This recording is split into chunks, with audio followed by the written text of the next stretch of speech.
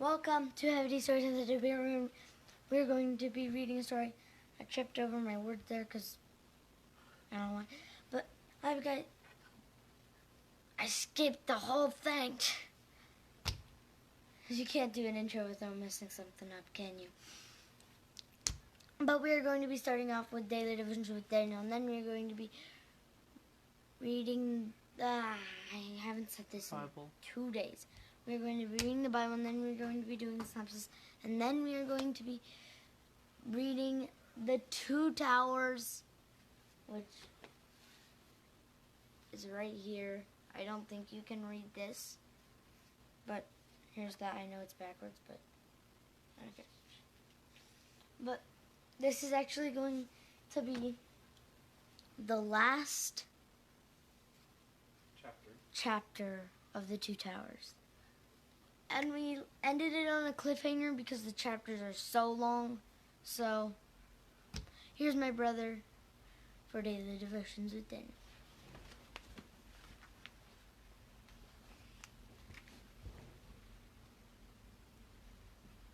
You can see me now. Okay, August 14th, right? Mm-hmm. Okay, a tunic for Joseph. Jacob loved Joseph more than all his children, because he was the son of his old age. Also, he made him a tunic of many colors. Genesis 37:3. Jacob, grandson of Abraham, had 12 sons of his own. The next to youngest was Joseph, a son of Jacob's old age. Perhaps because Jacob was the first son born to Jacob's true love, Rachel, Jacob loved him more than all the others, and to show his love, Jacob made Joseph a tunic of many colors. Jacob's choice of Joseph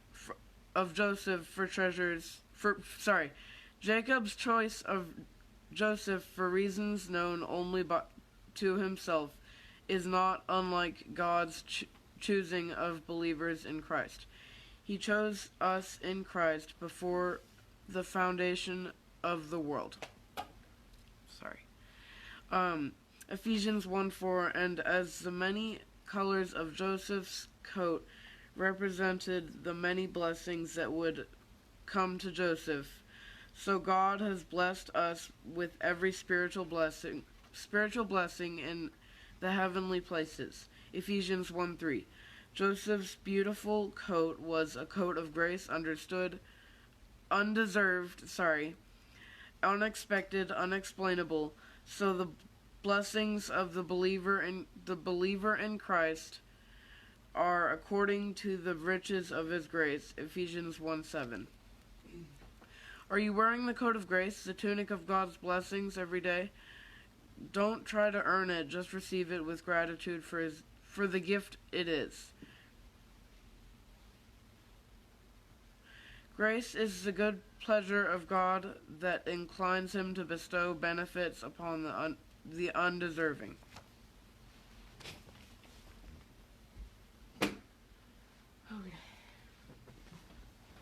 Howdy, y'all. Hello, two people. Last chapter. Yeah, what's next, Granny Bear, is the last book of the Lord of the Rings. So that's not a big surprise probably for most people. But yeah, we do need to go ahead and get this finished, and we've kind of it's kind of been a slow process, partly because we had the trip to California, partly because we've just had a lot of things going on this summer. So it has definitely slowed us down in our journey of reading the story. But first today, we are on 2 Samuel chapter 18, and this is the English Standard Version, so let me begin. Then David mustered the men who were with him and set over them commanders of thousands and commanders of hundreds. And David sent out the army, 1/3 under the command of Joab, 1/3 under the command of Abishai, the son of Zeruiah, Joab's brother, and 1/3 under the command of Ittai the Gittite. And the king said to the men, I myself will also go out with you. But the men said, You shall not go out, for if we flee, they will not care about us. If half of us die, they will not care about us. But you are worth 10,000 of us. Therefore it is better that you send us help from the city. The king said to them, Whatever seems best to you, I will do. So the king stood at the side of the gate, while all the army marched out by hundreds and by thousands. And the king ordered Joab and Abishai and Ittai, Deal gently for my sake with the young man Absalom. And all the people heard when the king gave orders to all the commanders, to all the commanders about Absalom. So the army went out into the field against Israel, and the battle was fought in the forest of Ephraim. And the men of Israel were defeated there by the servants of David, and the loss there was great. On that day 20,000 men. The battle spread over the face of all the country, and the forest devoured more people that day than the sword. And Absalom happened to meet the servants of David. Absalom was riding on his mule, and the mule went under the thick branches of a great oak, and his head caught fast in the oak, and he was suspended between heaven and earth, while the mule that was under him went on. And a certain man saw it, and told Joab, Behold, I saw Absalom hanging in an oak. Joab said to the man who told him, What, you saw him? Why then did you not strike him there to the ground? I would have been glad to give you 10 pieces of silver and a belt. But the man said to Joab, Even if I felt in my hand the weight of 1,000 pieces of silver, I would not reach out my hand against the king's son. For in our hearing the king commanded you and Abishai and Ittai, for my sake, protect the young man Absalom. On the other hand, if I had dealt treacherously against his life, and there is nothing hidden from the king, then you yourself would have stood aloof. Joab said, I will not waste time like this with you. And he took 3 javelins in his hand, and thrust them into the heart of Absalom, while he was still alive in the oak. And 10 young men, Joab's armor-bearers, surrounded Absalom, and struck him and killed him. So I guess the 3 javelins didn't kill him. It took the 10 young men. Then Joab blew the trumpet, and the troops came back from pursuing Israel, for Joab restrained them. And they took Absalom, and threw him into a great pit in the forest, and raised over him a very great heap of stones. And all Israel fled every one to his own home. Now Absalom in his lifetime had taken and set up for himself the pillar that is in the king's valley. For he said, I have no son to keep my name in remembrance.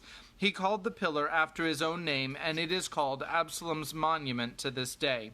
Then Ahimaaz, the son of Zadok, said, Let me run and carry news to the king that the Lord has delivered him from the hand of his enemies. And Joab said to him, You are not to carry news today, for you may carry news another day. But today you shall carry no news, because the king's son is dead. Then Joab said to the Cushite, Go, tell the king what you have seen.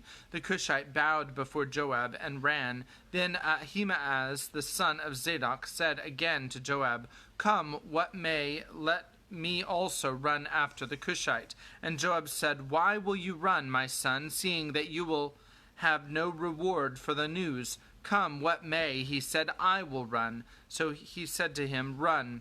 Then Ahimaaz ran by the way of the plain, and outran the Cushite. Now David was sitting between the 2 gates, and the watchman went up to the roof of the gate by the wall. And when he lifted up his eyes and looked, he saw a man running alone.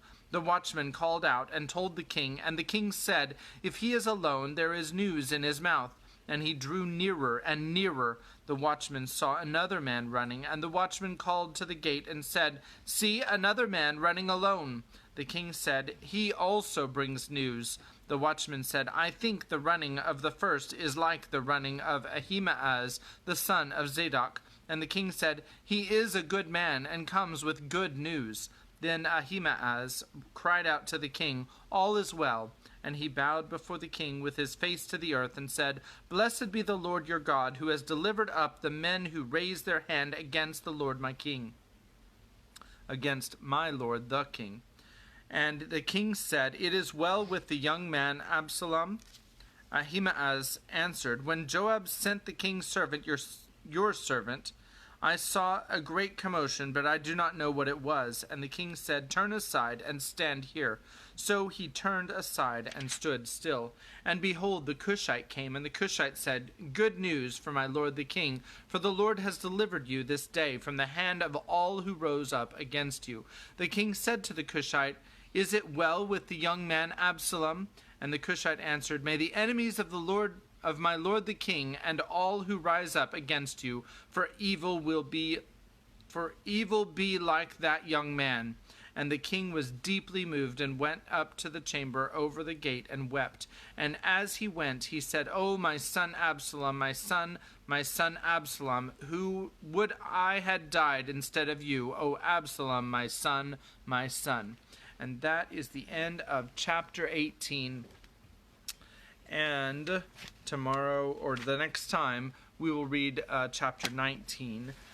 Probably wait until Thursday or Friday, I'm not sure exactly when it will be, before we read our next time, because we have another trip scheduled for members of our family. And now we are on chapter 10, the choices of Master Samwise. So what happened in the last chapter is they went into this dark lair. It was darker than Mordor. Daniel, thanks for sharing about Joseph's coat. It's good to remember and appreciate God's generous grace. And that's from Granny Bear. Okay, so, and Sam suddenly remembered Frodo's gift. It was Sam that remembered it, right? Yeah. And he shone the light of Elendil, I believe it is, inside this dark tunnel that they're going through. And they saw, it didn't look like anything at first, it was just eyes. And then Sam got attacked. They got separated a little bit. Sam got attacked by Gollum. And After, Dad, you're skipping over how they got out of the tunnel. well, they weren't quite out of the tunnel, were they? Yeah, they were. Okay. Like, Frodo, he was running up to the gate. Were they separated? Yeah, they Frodo got ran on separated. ahead, and then Gollum was like, "You know what? I'm going to attack the mean hobbit now." Can everybody hear what Kimberly's saying? I think that she is better at telling these things than I am. So I'm going to let her say how it really happened.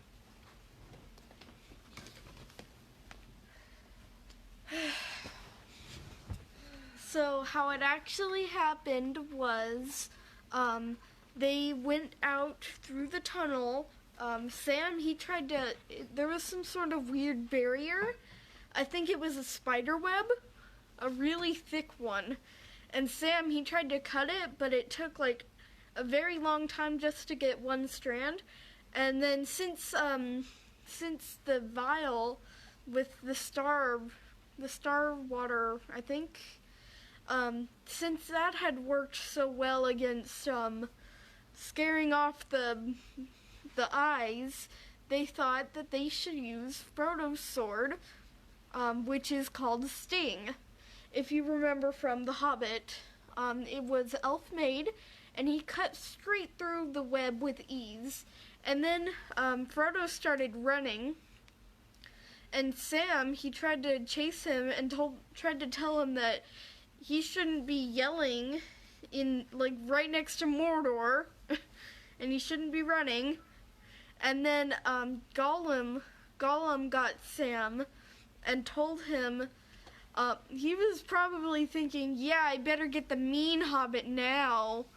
And then the giant spider, Sheila, Shelob. Shelob, she started running over toward Frodo and didn't even notice Sam, at least I think. And she was right about to get there when Frodo suddenly started attacking Gollum. Or maybe not so suddenly, but... Frodo was attacking Gollum? No, Sam was. You said Frodo. Oh, sorry, I'm getting people mixed up. I meant Sam started attacking Gollum, and then after the fight ends, we're left on a cliffhanger, which Dad is going to rectify. Kimmy, you amaze me with what you remember. It's been how many days since we read? 2. 2 days All right. since we read. 2 days since we read. Kimberly remembers with ease. And hi I didn't even mention to smell. one other person that was there briefly and is no longer there. All right, so this is chapter 10, as I said before. What? I wanted to add something to Oh, this. JJ wants to add something to the synopsis. They could barely breathe. They could barely breathe.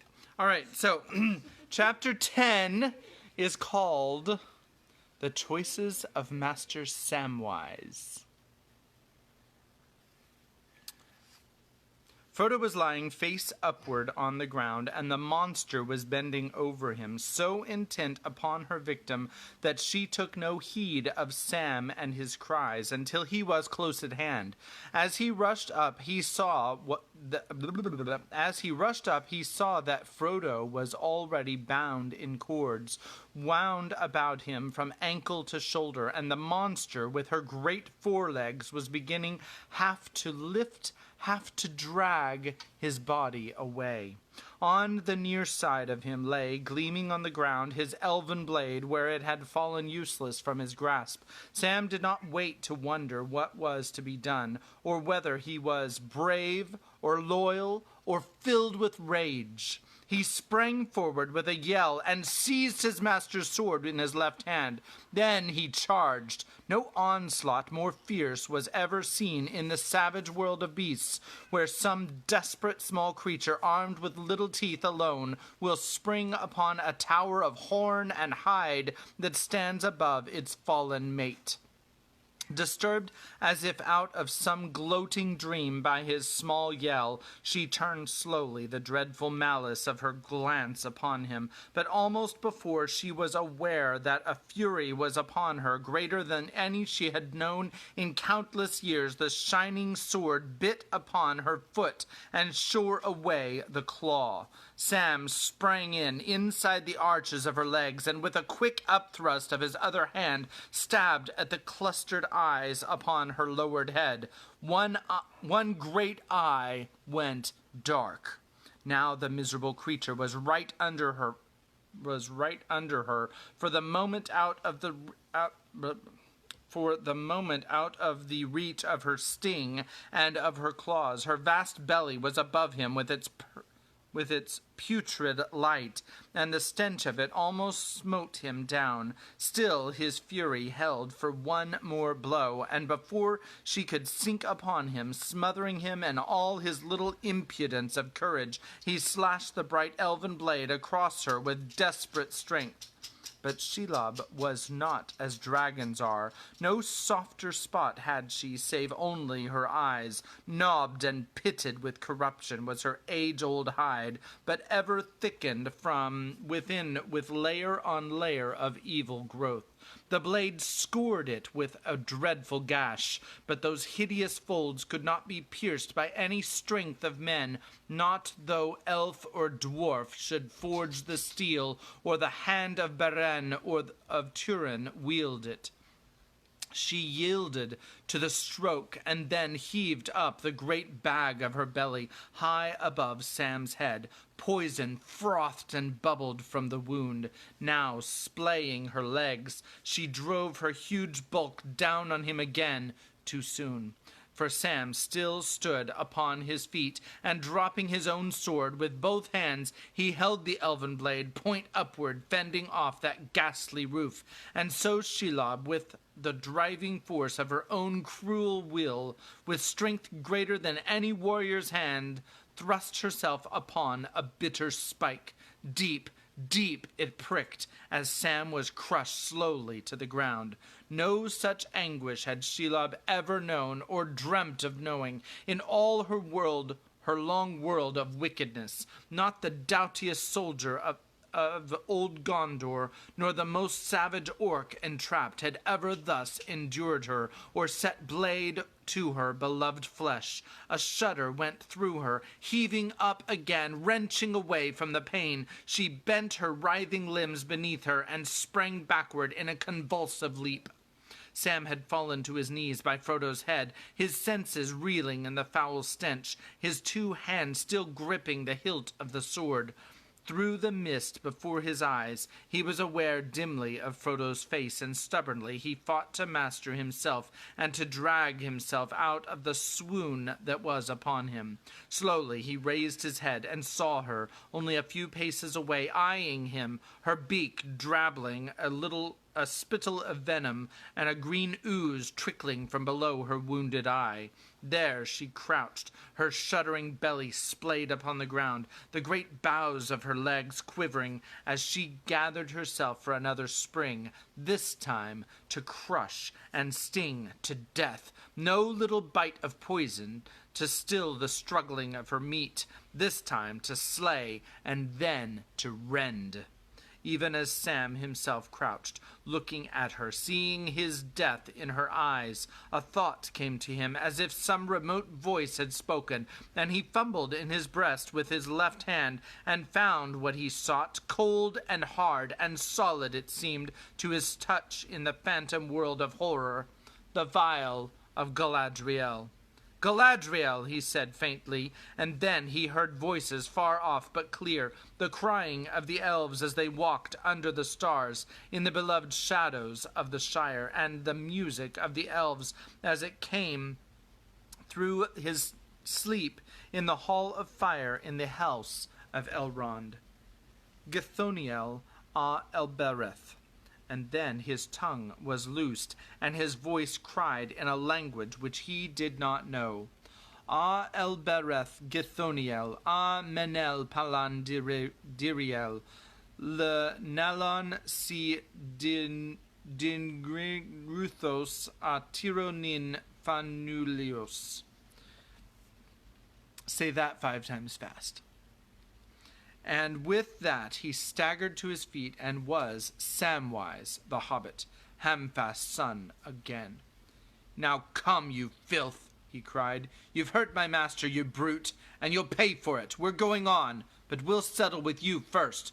Come on and taste it again."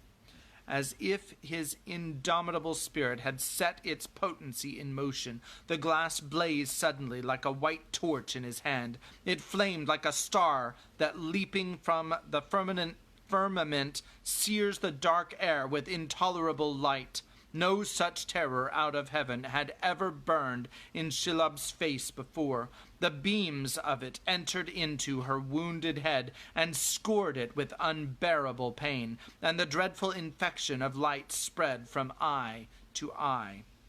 She fell back, beating the air with her forelegs, her sight blasted by inner lightnings, her mind in agony. Then, turning her maimed head away, she rolled aside and began to crawl, claw by claw, toward the opening in the dark cliff behind. Sam came on. He was reeling like a drunken man, but he came on, and Shelob cowed at last. Shrunken in defeat, jerked and quivered as she tried to hasten from him. She reached the hole, and squeezing down, leaving a trail of green-yellow slime, she slipped in, even as Sam hewed a last stroke at her draggling legs. Then he fell to the ground.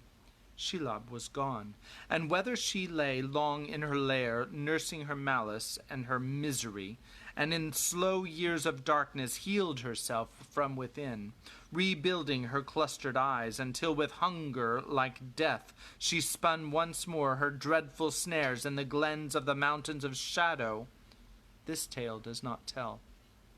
Sam was left alone. Wearily, as the evening of the nameless land fell upon the place of battle, he crawled back to his master. "Master, dear master," he said, but Frodo did not speak.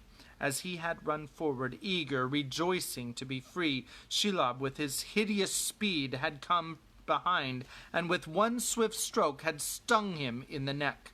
He lay now, pale, and heard no voice, and did not move. "Master, dear master," said Sam, and through a long silence waited, listening in vain. Then, as quickly as he could, he cut away the binding cords and laid his head upon Frodo's breast and to his mouth, but no stir of life could he find, nor feel the faintest flutter of the heart. Often he chafed his master's hands and feet, and touched his brow, but all were cold. "Frodo, Mr. Frodo," he called, "don't leave me here alone. It's your Sam calling. Don't go where I can't follow. Wake up, Mr. Frodo. Oh, wake up, Frodo. Me dear, wake up." Then anger surged over him, and he ran about his master's body in a rage, stabbing the air and smiting the stones and shouting challenges. Presently he came back and, bending, looked at Frodo's face, pale beneath him in the dusk. And suddenly he saw that he was in the picture that was revealed to him in the mirror of Galadriel in Lorien. Frodo, with a pale face, lying fast asleep under a great dark cliff, or fast asleep, he had thought then. "He's dead," he said, "not asleep, dead." And as he said it, as if the words had set the venom to its work again, it seemed to him that the hue of his face grew livid green. And then black despair came down on him, and Sam bowed to the ground and drew his grey hood over his head, and night came into his heart, and he knew no more. When at last the blackness passed, Sam looked up, and shadows were about him, but for how many minutes or hours the world had gone dragging on, he could not tell. He was still in the same place, and still his master lay beside him, dead. The mountains had not crumbled, nor the earth fallen into ruin. "What shall I do? What shall I do?" he said. "Did I come all this way with him for nothing?" And then he remembered his own voice speaking words that at the time he did not understand himself, at the beginning of their journey. "I have something to do before the end. I must see it through, sir, if you understand. But what can I do? Not leave Mr. Frodo dead, unburied on the top of the mountains, and go home? Or go on? Go on?" he repeated, and for a moment doubt and fear shook him. "Go on? Is that what I've got to do? And leave him?" Then at last he began to weep, and going to Frodo he composed his body, and folded his cold hands upon his breast, and wrapped his cloak about him, and he laid his own sword at one side, and the staff that Faramir had given at the other. "If I'm to go on," he said, "then I must take your sword by your leave, Mr. Frodo, and I'll put this one to lie by you, as it lay by the old king in the barrow. And you've got your beautiful mithril coat from old Mr. Bilbo, and your star-glass, Mr. Frodo. You did lend it to me, and I'll need it, for I'll be always in the dark now. It's too good for me, and the lady gave it to you, but maybe she'd understand. Do you understand, Mr. Frodo? I've got to go on." But he could not go, not yet. He knelt and held Frodo's hand and could not release it, and time went by, and still he knelt, holding his master's hand, and in his heart keeping a debate. Now he tried to find strength to tear himself away and go on a lonely journey for vengeance. If once he could go, his anger would bear him down all the roads of the world, pursuing until he had him at the last, Gollum. Then Gollum would die in a corner, but that was not what he had set out to do. It would not be worth while to leave his master for that. It would not bring him back. Nothing would. They had better both be dead together, and that too would be a lonely journey. He looked on the bright point of the sword. He thought of the places behind where there was a black brink and an empty fall into nothingness. There was no escape that way. That was to do nothing, not even to grieve. That was not what he had set out to do. What am I to do then? He cried again, and now he seemed plainly to know the hard answer. See it through. Another lonely journey, and the worst. What? Me alone? Go to the crack of doom and all? He quailed still, but the resolve grew. What? Me take the ring from him? The council gave it to him. But the answer came at once, and the council gave him companions, so that the errand should not fail. And you are the last of all the company. The errand must not fail. I wish I wasn't the last, he groaned. I wish old Gandalf was here, or somebody. Why am I left all alone to make up my mind? I'm sure to go wrong, and it's not for me to go taking the ring, putting myself forward. But you haven't put yourself forward. You've been put forward. And as for not being the right and proper person, why, Mr. Frodo wasn't, as you might say, nor Mr. Bilbo. They didn't choose themselves. Ah, well, I must make up my own mind. I will make it up, but I'll be sure to go wrong. That'd be Sam Gamgee all over. Let me see now. If we're found here, or Mr. Frodo's found, and that thing's on him, well, the enemy will get it, and that's the end of us all, of Lorien and Rivendell and the Shire and all. And there's no time to lose, or it'll be the end anyway. The war's begun, and more than likely things are all going the enemy's way already. No chance to go back with it and get advice or permission. No, it's sit here till they come and kill me over my master's body and gets it, or takes it, and go. He drew a deep breath. Then take it, it is.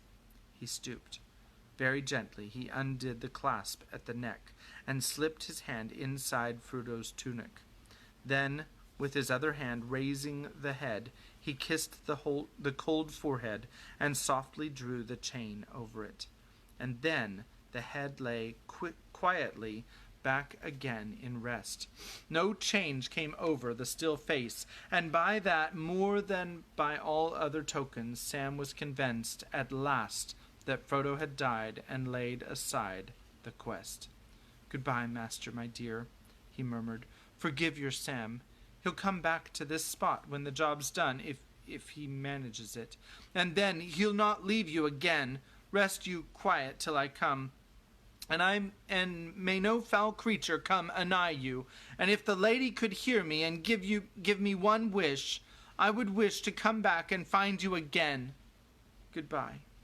And then he bent his own neck and put the chain upon it, and at once his head was bowed to the ground with the weight of the ring, as if a great stone had been strung on him. But slowly, as if the weight became less, or new strength grew in him, he raised his head, and then, with a great effort, got to his feet and found that he could walk and bear his burden.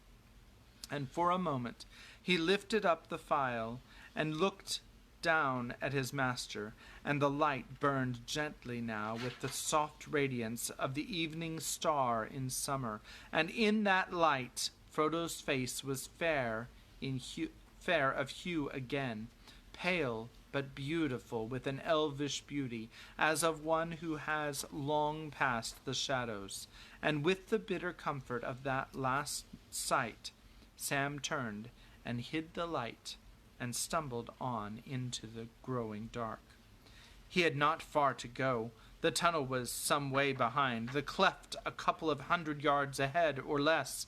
The path was visible in the dusk, a deep rut worn in ages of passage, running now gently up in a long trough with cliffs on either side. The trough narrowed rapidly. Soon Sam came to a long flight of broad, shallow steps. Now the Orc Tower was right above him, frowning black, and in it the red eye glowed. Now he was hidden in the dark shadow under it. He was coming to the top of the steps, and was in the cleft at last. "I've made up my mind," he said. He kept saying to himself, but he had not, though he had done his best to think it out. What he was doing was altogether against the grain of his nature. "Have I got it wrong?" he muttered. "What ought I to have done?" As the sheer sides of the cleft closed about him before he reached the actual summit, before he looked at last on the path descending into the nameless land. He turned. For a moment, motionless in intolerable doubt, he looked back. He could still see, like a small blot in the gathering gloom, the mouth of the tunnel, and he thought he could see or guess where Frodo lay. He fancied there was a glimmer on the ground down there, or perhaps it was some trick of his tears as he peered out at that high, stony place where all his life had fallen in ruin.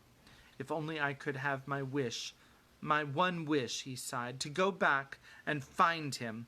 Then at last he turned to the road in front and took a few steps, the heaviest and the most reluctant he had ever taken. Only a few steps, and now only a few more, and he would be going down and would never see that high place again. And then suddenly he heard cries and voices. He stood still as stone. Orc voices.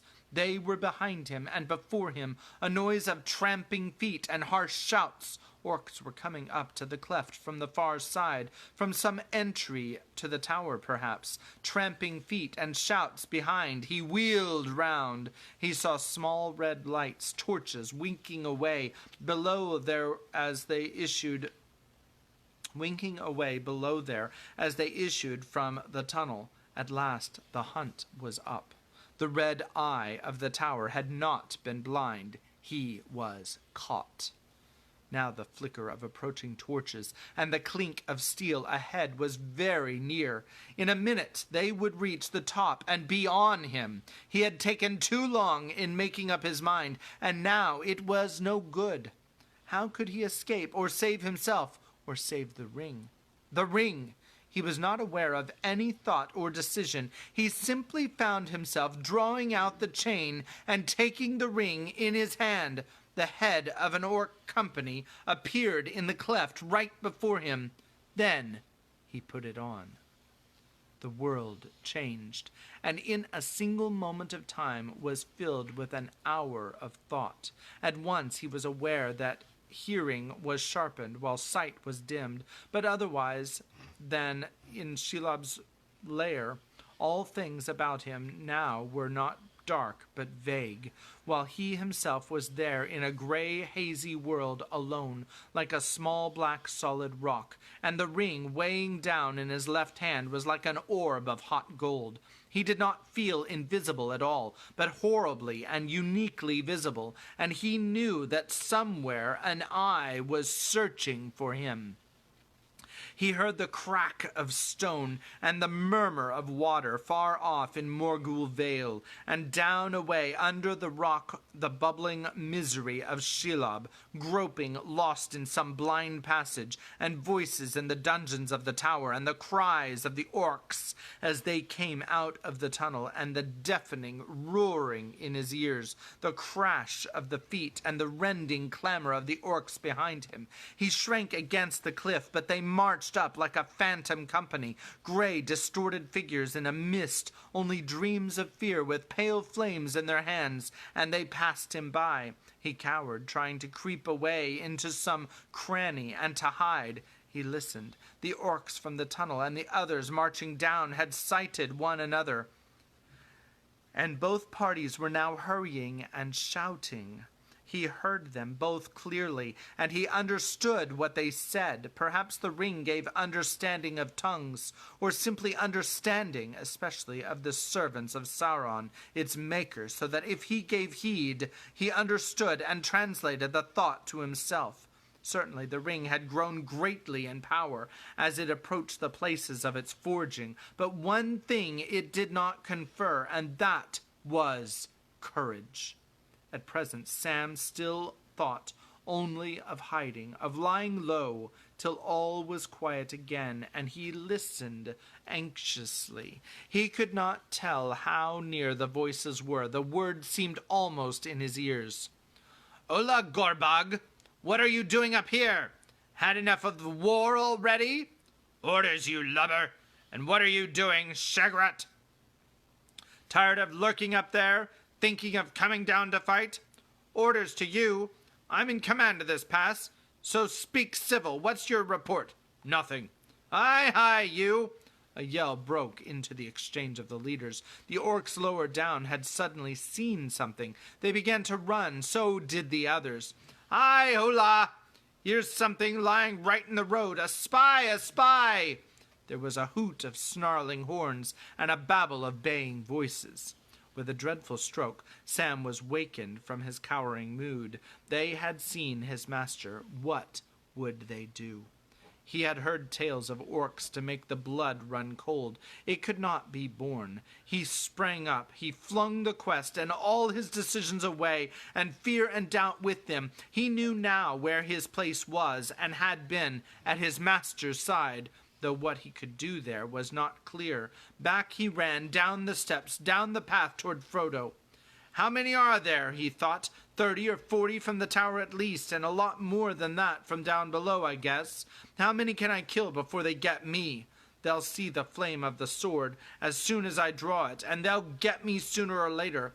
I wonder if any song will ever mention it, how Samwise fell in the high pass, and made a wall of bodies round his master. No song, of course not, for the ring will be found, and there'll be no more songs. I can't help it. My place is by Mr. Frodo. They must understand that. Elrond and the council, and the great lords and ladies with all their wisdom, their plans have gone wrong. I can't be their ring-bearer, not without Mr. Frodo. But the orcs were out of his dim sight now. He had had no time to consider himself. But now he realized that he was weary almost to exhaustion. His legs would not carry him as he wished. He was too slow. The path seemed miles long. Where had they all got to in the mist? There they were again, a good way ahead still, a cluster of figures round something lying on the ground. A few seemed to be darting this way and that, bent like dogs on a trail. He tried to make a spurt. Come on, Sam, he said, or you'll be too late again. He loosened the sword in its sheath. In a minute he would draw it, and then there was a wild clamor, hooting and laughing, as something was lifted from the ground. Yah-hoy! Yah-harry-hoy! Up, up! Then a voice shouted, Now off! The quick way! Back to the Undergate! She'll not trouble us tonight by all the signs. The whole band of orc figures began to move. 4 in the middle were carrying a body high on their shoulders. Yah-hoy! They had taken Frodo's body. They were off. He could not catch them up. Still he labored on. The orcs reached the tunnel and were passing in. Those with the burden went first, and behind them there was a good deal of struggling and jostling. Sam came on. He drew the sword, a flicker of blue in his wavering hand, but they did not see it. Even as he came panting up, the last of them vanished into the black hole. For a moment he stood, gasping, clutching his breast. Then he drew his sleeve across his face, wiping away the grime and sweat and tears. Curse the filth, he said, and sprang after them into the darkness. I'm going to pause here. We've got a disturbance. Yeah, a little disturbance. Is everything okay? What's going on? The dogs are barking. No, it's just Easton. So something made Easton bark. The neighbor's dogs. We are going to pause. Yay!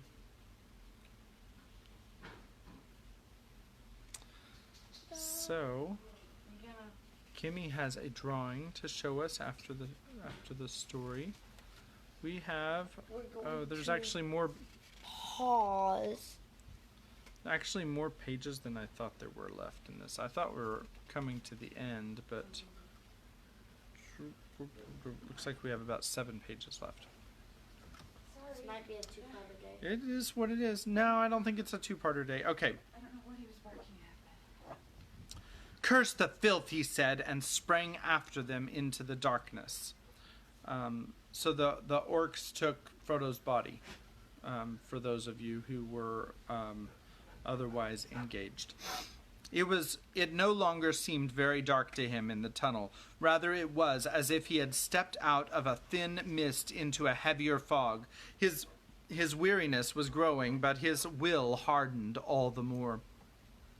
He thought he could see the light of torches a little way ahead, but try as he would, he could not catch them up. Orcs go fast in tunnels, and this tunnel they knew well, for in spite of Shelob they were forced to use it often as the swiftest way from the dead city over the mountains. In what far-off time the main tunnel and the great round pit had been made, where Shelob had taken up her abode in ages past, they did not know. But many byways they had themselves delved about it on either side, so as to escape the lair in their goings to and fro on the business of their masters. Tonight they did not intend to go far down, but were hastening to find a side passage that led back to their watchtower on the cliff. Most of them were gleeful, delighted with what they had found and seen, and as they ran they gabbled and yammered after the fashion of their kind. Sam heard the noise of their harsh voices, flat and hard and dead in the air, and hard in the dead air, and he could distinguish two voices from among all the rest. They were louder and nearer to him. The captains of the two parties seemed to be bringing up the rear, debating as they went. "Can't you stop your rabble making such a racket, Shagrat?" grunted the one. "We don't want Shelob on us." "Go on, Gorbog. Yours are making more than half the noise," said the other. "But let the lads play. No need to worry about Shelob for a bit, I reckon. She's sat on a nail, it seems, and we shan't cry about that. Didn't you see a nasty mess all the way back to that cursed crack of hers? If we've stopped it once, we've stopped it 100 times, so let 'em laugh. We've struck a bit of luck at last, got something that Lugberts wants." "Lugberts wants it, does he? What is it, d'ye think? Elvish it looks to me, but undersized. What's the danger of a thing like that?" "Don't know till we've had a look." "Oh-ho! So they haven't told you what to expect. They don't tell us all they know, do they? Not by half. But they can make mistakes. Even the top orcs can." "Shh, Gorbag!" Shagrat's voice was lowered, so that even with his strangely sharpened hearing, Sam could only just catch what was said. "They may, but they've got eyes and ears everywhere, some among my lot, as like as not. But there's no doubt about it, they're troubled about something. The Nazgul down below are, by your account, and Lugbers is too. Something nearly slipped." "Nearly, you say?" said Gorbog. "All right," said Shagrat, "but we'll talk on that later. Wait till we get back to the underway. There's a place there where we can talk a bit, while the lads go on." Shortly afterward, Sam saw the torches disappear. Then there was a rumbling noise, and just as he hurried up, a bump. As far as he could guess, the orcs had turned and gone into the very opening which Frodo and he had tried and found blocked. It was still blocked.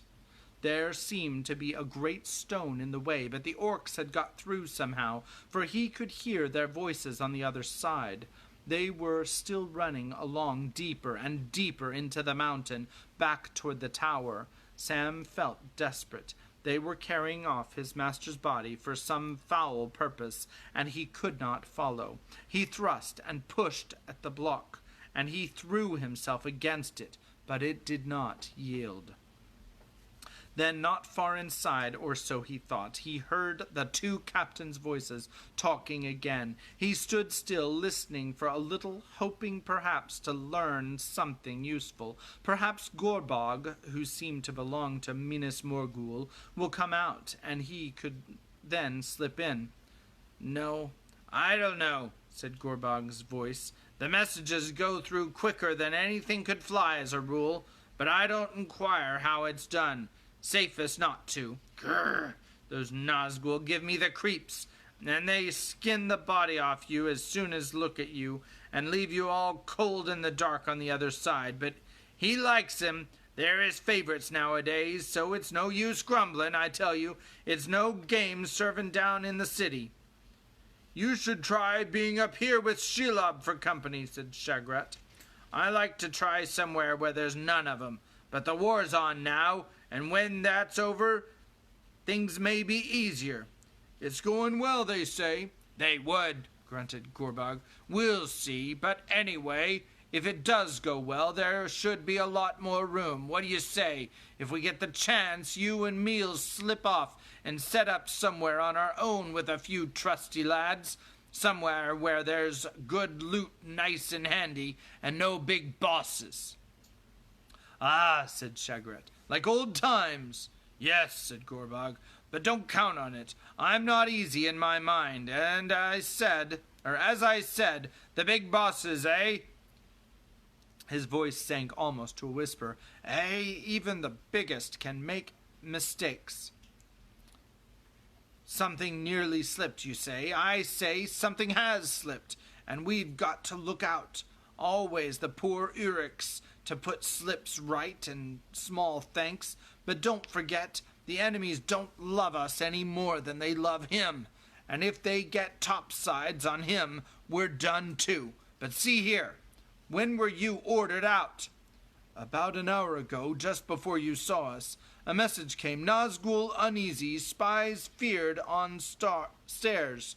Double vigilance. Patrol to head of stairs. I came at once. Bad business, said Gorbog. See here, our silent watchers were uneasy more than 2 days ago, that I know.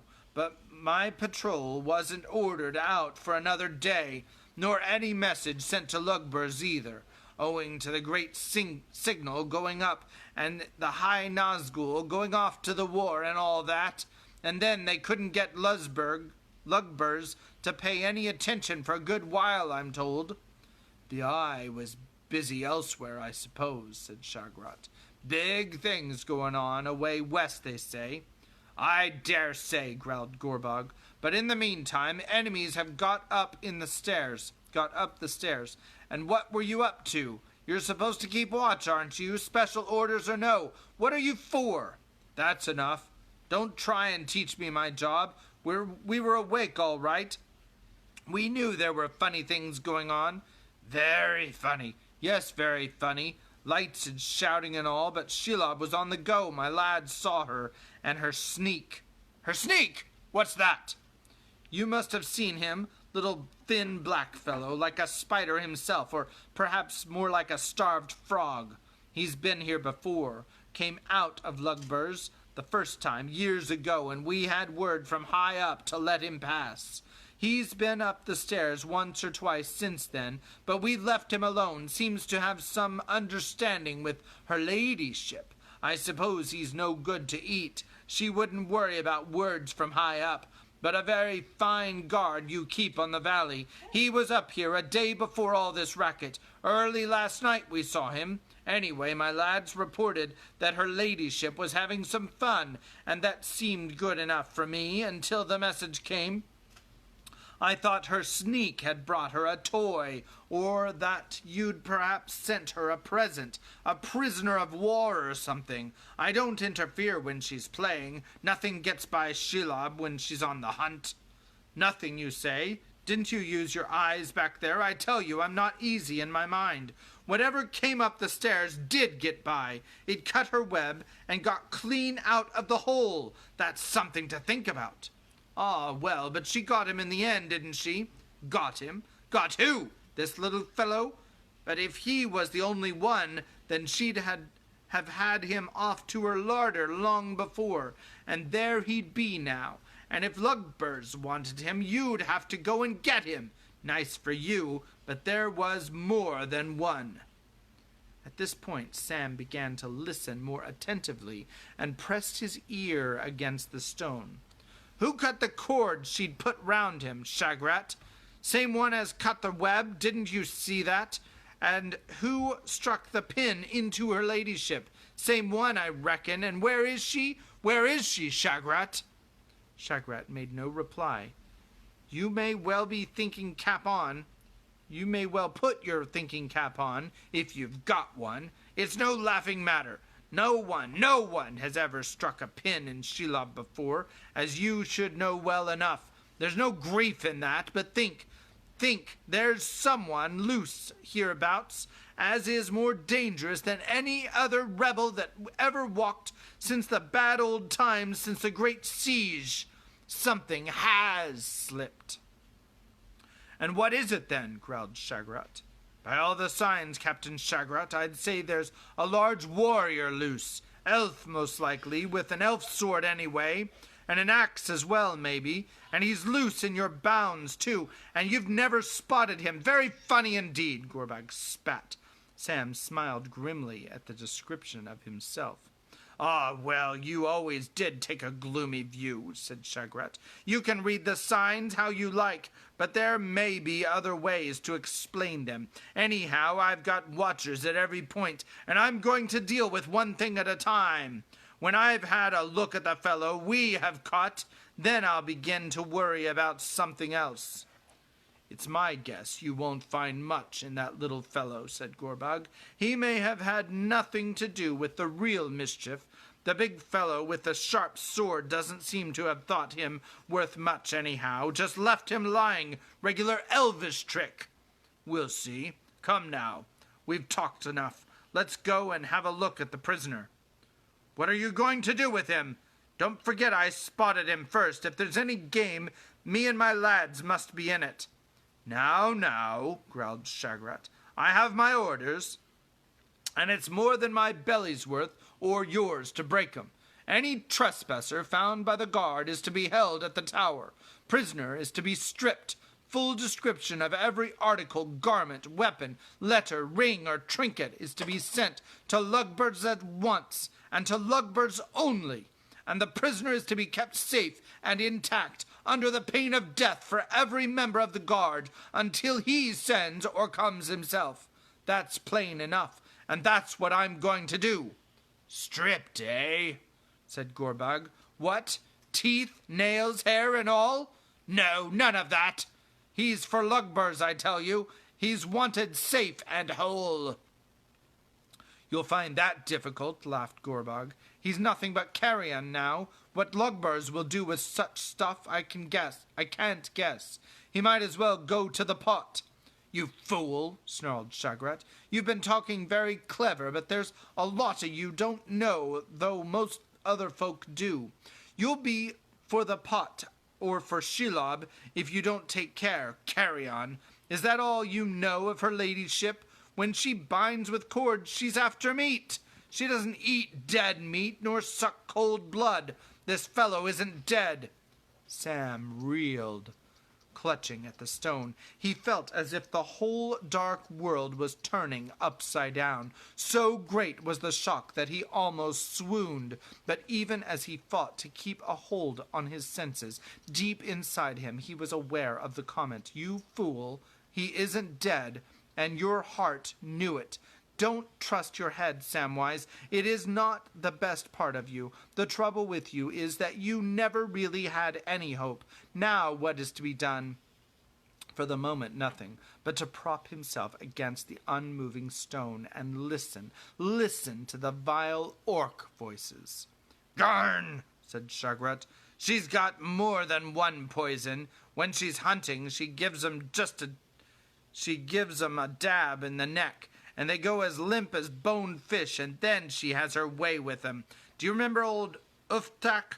We lost him for days, then we found him in a corner, hanging up he was, but he was wide awake and glaring. How we laughed. She'd forgotten him, maybe, but we didn't touch him. No good interfering with her. Nah, this little filth, he'll wake up in a few hours, and beyond feeling a bit sick for a bit, he'll be all right. Or would be if Lugbers would let him alone, and of course beyond wondering where he is and what's happened to him."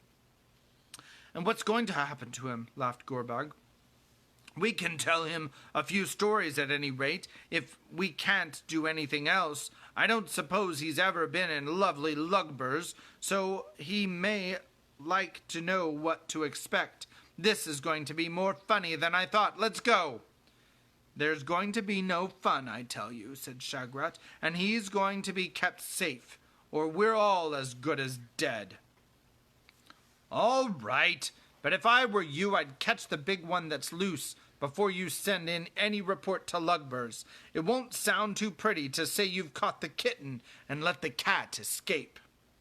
And here is a picture of the two orcs that were talking, Shagrat and one of them that started with an S and one of them started with a G. There they are.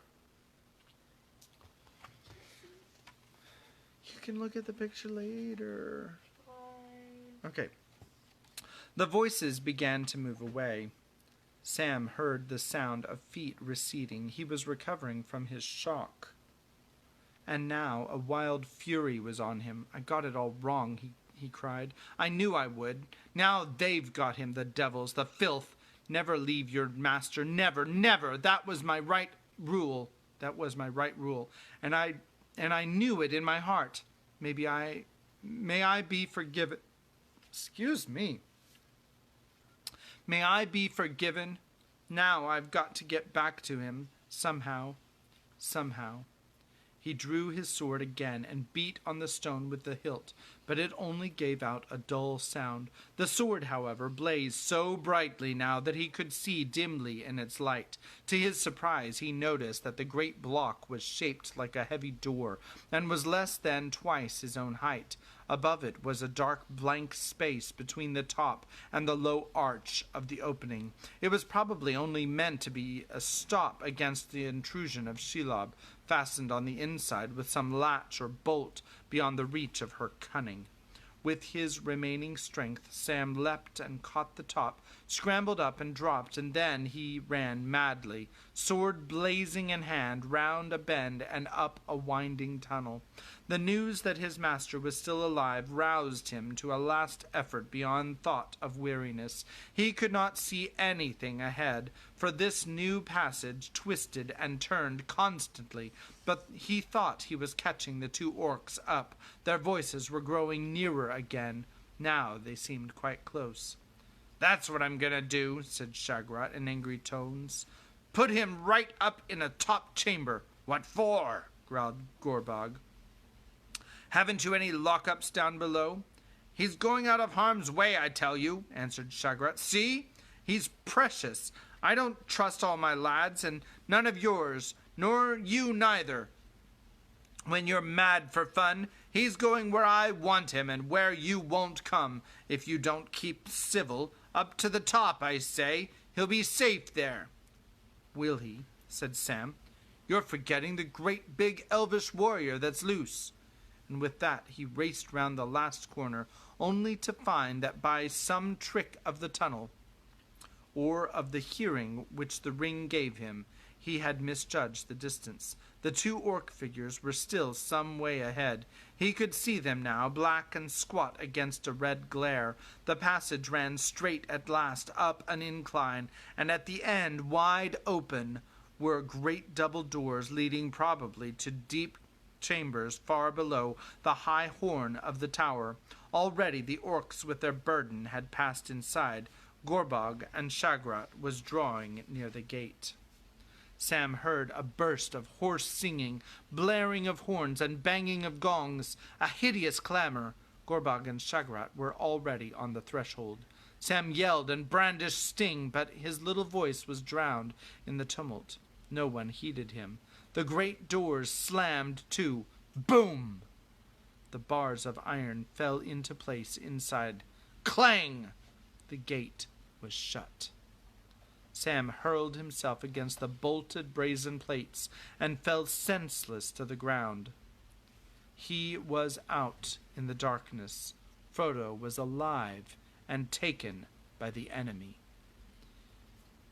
Here ends the second part of the history of the War of the Ring.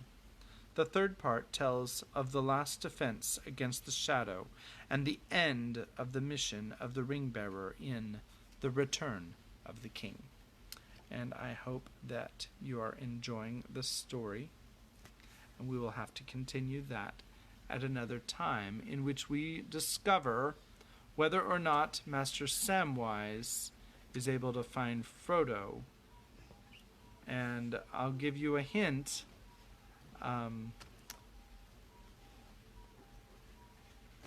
the story moves back to the rest of the fellowship before it goes back to Frodo and Sam. So sorry about that spoiler, but God bless you. And Kimberly's got an art gallery, so we will show that off, and hope you have a great evening. I drew this.